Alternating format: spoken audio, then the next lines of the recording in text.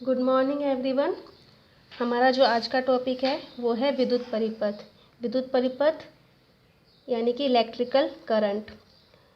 जैसा कि आपने 9th-10th में पढ़ा है, बेसिक चीज़ें अगर बात करें बेसिक की तो हमने पढ़े थे, ओम के नियम पढ़े थे, V बराबर IR। इसके अलावा हमने सीरीज पढ़ी थी, समांतर श्रेणीक्रम। तो उसमें क्या देखा था हमने, जो परिपथ थे उसमें हमने वोल्ट था और धारा का मान निकाला था। लेकिन कुछ सर्किट ऐसे होते हैं जो जटिल होते हैं और उन जटिल सर्किटों के लिए हम उनके थ्रू I और V का मान नहीं निकाल सकते। तो इसके लिए किरचॉफ ने कुछ नियम दिए थे, 2 नियम दिए थे जिन्हें किरचॉफ के नियम से जाना जाता है।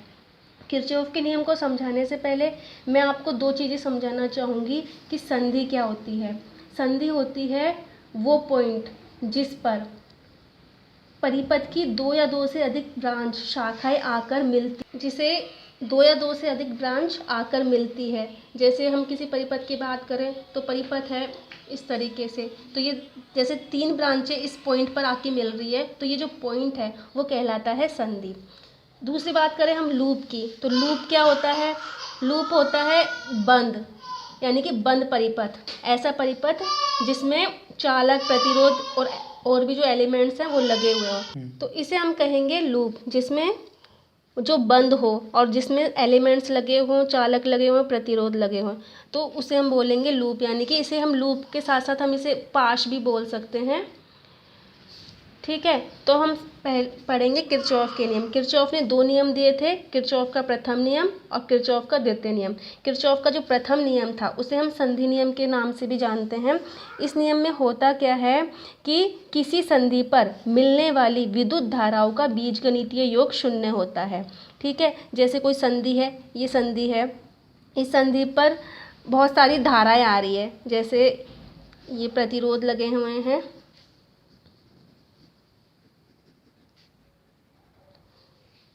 I1, I2, I3, I4, I5। तो इन धाराओं का जो बीजगणितीय योग होता है वो 0 होता है। लेकिन यहाँ पे सबसे मेन चीज़ है कि हमें डायरेक्शन का ध्यान रखना पड़ता है। जैसे I1 है वो इस साइड इधर संधि की तरफ आ रही है, I2 संधि से दूर जा रही है, I3 है वो भी संधि से दूर जा रही है, I4 है संधि पर आ रही है, और I5 है जैसे संधि से दूर जा रही है। तो कह सकते हैं हम कि संधि बीजगणितीय धाराओं का योग होता है वो 0 होता है। तो I1 संधि की तरफ आ रही है तो I1, I2 संधि से बाहर निकल रही है तो उसको हम माइनस में लेंगे, I3 है वो बाहर निकल रही है तो इसको भी हम माइनस में लेंगे, I4 है वो अंदर आ रही है तो इसको हम प्लस में लेंगे, I5 है बाहर निकल रही है तो हम इसे माइनस में लेंगे, बराबर 0। या फिर हम इसको ये कह सकते हैं कि I1 प्लस I4, जो माइनस के हैं इसको हम बराबर की साइड लेके जाएं तो I2 plus I3 plus I5।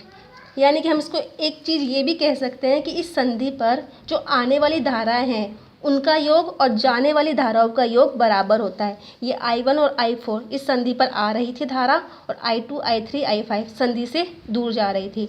तो हम ये कह सकते हैं कि इसकी जो दूसरी डेफिनेशन ये भी बनती है कि किसी संधि पर जो धाराओं, आने वाली धाराओं का योग जाने वाली धाराओं के योग के बराबर होता है।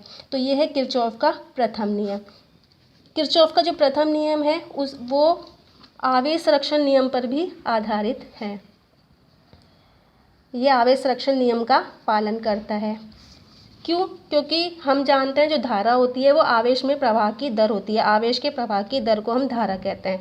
तो हम इसको ये भी कह सकते हैं कि इस संधि पर आवेश प्रवाह, आने वाली आवेश प्रवाह की दर और जाने वाली आवेश प्रवाह की दर बराबर होती है। तो इसे हम कह सकते हैं कि ये जो नियम है वो आवेश संरक्षण नियम का पालन करता है। किरचॉफ का जो द्वितीय नियम है वो है किरचॉफ का द्वितीय नियम, जिसको हम लूप नियम से भी जानते हैं। लूप जैसे मैंने आपको पहले बताया था कि बंद परिपथ को कहते हैं। तो जो किरचॉफ का जो द्वितीय नियम है वो बंद परिपथों के लिए लागू होता है, जबकि किरचॉफ का जो फर्स्ट नियम था उसमें बंद परिपथ नहीं था। तो ये जो लूप नियम है वो बंद परिपथ के लिए लागू होता है। और इस नियम के अनुसार क्या होता है कि जो परिपथ है, किसी भी बंद परिपथ में प्रतिरोधकों एवं सेलों से युक्त किसी बंद पाश में वोल्टताओं का बीजगणितीय योग 0 होता है। अर्थात सिग्मा वी बराबर 0, यानी कि किसी भी बंद परिपथ है उसमें जो वोल्टेज लगे हुए हैं वो उनका जो बीजगणितीय योग होगा वो 0 होगा। इसको हम इस तरीके से भी कह सकते हैं कि सिग्मा वी बराबर सिग्मा ई। ई क्या है? जो परिपथ है इसमें जो सेल लगे हुए हैं उनका विद्युत वाहक बल है। ठीक है, तो हम इसकी जो दूसरी डेफिनेशन है वो हम ये भी कह सकते हैं कि किसी भी बंद परिपथ में वोल्टताओं का बीजगणितीय योग उस बंद परिपथ में लगे सेलों के विद्युत वाहक बलों के बीजगणितीय योग के बराबर होता है, अर्थात सिग्मा वी बराबर सिग्मा एप्सिलॉन या फिर ई। तो इसको हम समझने के लिए ये परिपथ ले लेते हैं। इस परिपथ में जैसे R1 और R2 दो प्रतिरोध लगे हुए हैं, दो सेल लगे हुए E1 E2, ये प्लस इसका माइनस, ये प्लस इसका माइनस। अब R1 है, इसके लिए अगर हम वोल्टेज ड्रॉप देखें तो ये V1 और इसके लिए V2। तो जैसे हमने डायरेक्शन मान ली कि जो करंट है वो इस डायरेक्शन में फ़्लो हो रही है, यानी कि इस डायरेक्शन में फ़्लो हो रही है करंट। तो हम देखेंगे जैसे यहाँ से करंट जा रही है, I करंट जा रही है, तो हम जानते हैं IR1, ठीक है।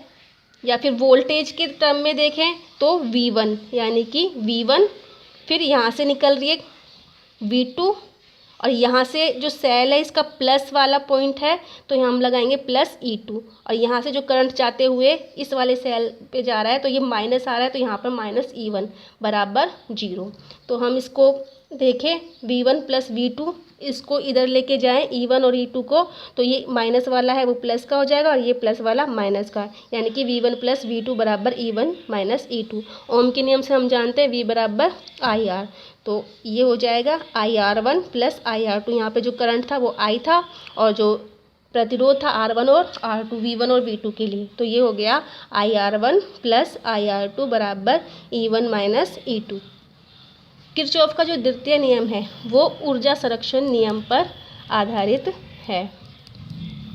ऊर्जा संरक्षण नियम पर आधारित कैसे है?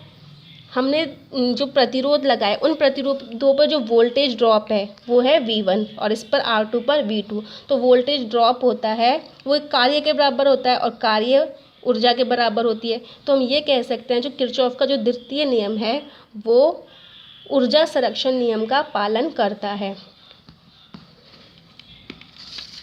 इसे समझने के लिए अगर हम एक एग्जाम्पल ले लें, जैसे ये खुला परिपथ है, कहीं से भी क्लोज नहीं है, खुला हुआ है, इसमें हमें I का मान निकालना है। तो जैसे ये वो इसमें 3 संधियाँ हैं, एक तो ये पॉइंट, एक ये पॉइंट, एक ये पॉइंट, 3 संधियाँ हैं A B C। तो A B C पर हम करंट देखेंगे तो एट A पॉइंट, तो A पॉइंट पर हम जानते हैं किरचॉफ का प्रथम नियम लगाएं तो आने वाली धाराओं का योग बराबर जाने वाली धाराओं का योग।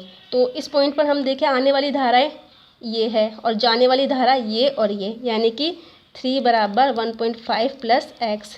तो यहाँ से हम x का मान आराम से निकाल सकते हैं, 3 माइनस इसको इधर लेके जाएंगे तो 1.5, यानी कि x बराबर हो गया 1.5 एम्पियर। इसी तरह से हम B पॉइंट पर देखें एट B पॉइंट, तो B पॉइंट पर ये आने वाली धारा x है और जाने वाली ये और ये, यानी कि x बराबर 1 प्लस y। तो हमने x का मान यहाँ से रख देंगे तो 1.5 बराबर 1 प्लस y, तो y का मान हो जाएगा 1.5 माइनस 1, यानी कि 0.5 ampere. At C point, C point पर भी देखें आने वाली धारा है और बराबर जाने वाली धारा है, तो ये आ रही है और बाकी जा रही है, यानी कि y बराबर 0.25 प्लस I। y का मान हम यहाँ से रखेंगे 0.25 प्लस I। तो I का मान हमें निकालना है तो 0.5 है और इसको इधर लेके जाएंगे तो 0.5 माइनस 0.25, तो ये आ जाएगा 0.25 एम्पियर। हमें I का मान निकालना था तो हमारा I का मान इस तरीके से आ गया। इस तरीके से हम क्लोज सर्किट के लिए भी निकाल सकते हैं जहाँ पर हम किरचॉफ के द्वितीय नियम का पालन करेंगे। आई होप आपको ये टॉपिक अच्छा लगा होगा, एक छोटी सी कोशिश मेरी आपके लिए। धन्यवाद।